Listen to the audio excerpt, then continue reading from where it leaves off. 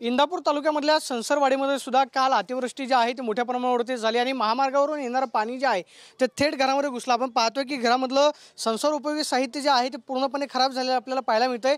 रात्रीपासून घरामधले इथले जे रहिवासी आहेत ते घरामध्ये गेलेला गाळ काढतात, कारण महामार्गाचं जे काम सुरू आहे उलटलेल्या पाण्यामुळे ते गाळ जो आहे तो थेट घरामध्ये घुसला आणि आपण पाहतोय की हे सगळं संसार उपयोगी साहित्य जे आहे पूर्णपणे खराब झालेलं आहे। घरामध्ये एकही वस्तू जी आहे ती वापरण्याजोगी राहिलेली नाही, त्यामुळे याचा फटका जो आहे तो इथल्या सर्वसामान्य रहिवाशांना करावा लागतोय।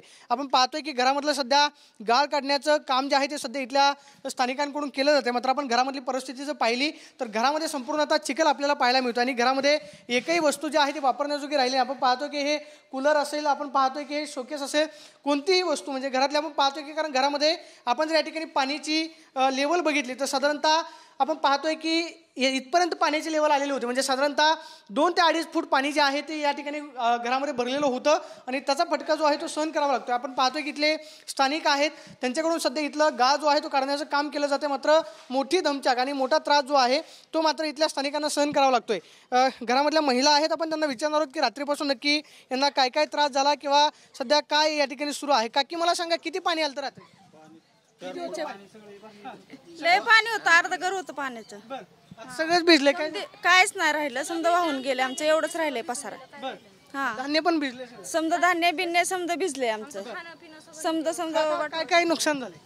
काय घरात होतं धान्य तांदूळ वगैरे काय असेल ते आपले किरकोळ कारकोळ सगळं नुकसान झालं आणि गेले, बाकीचं काय राहिलं नाही सगळं आमचं। कपडे पण नाही, पाणी तरी बरंच हा एवढं असेल तरी, एवढं माझ्या छाती एवढं असेल तरी।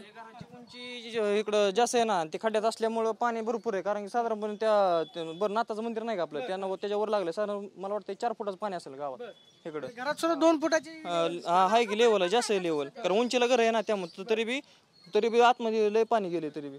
काय मागणी असणार आहे? अजित दादा येतात पाणी करायला, काय नाही आम्हाला काय गेल्या बारीन बी असंच झालं, त्या टायमाला काही मदत काही मिळाली नाही, पण ह्या बारीन तरी आमची अपेक्षा आहे की मदत मिळावं म्हणून आम्हाला। आपण पाहतोय की या ठिकाणी आपण पाहतोय की सगळ्या घरातला संसार जो आहे तो बाहेर काढावा लागतो आणि घरामधली घाण जी आहे, गाळ जो खरं तर घरामध्ये गेलेला आहे। आपण पाहतोय की कपडे असतील, त्याचबरोबर संसार उपयोगी साहित्य काहीच राहिलेलं नाही, त्यामुळे इथल्या स्थानिकांची अपेक्षा आहे की लवकरात लवकर मदत जी आहे ती सरकारकडून मिळावी आणि अजित पवारांकडून बारामती बरोबरच इंदापूर तालुक्यामध्ये सुद्धा पाहणी दौरा जो आहे तो केला जातोय।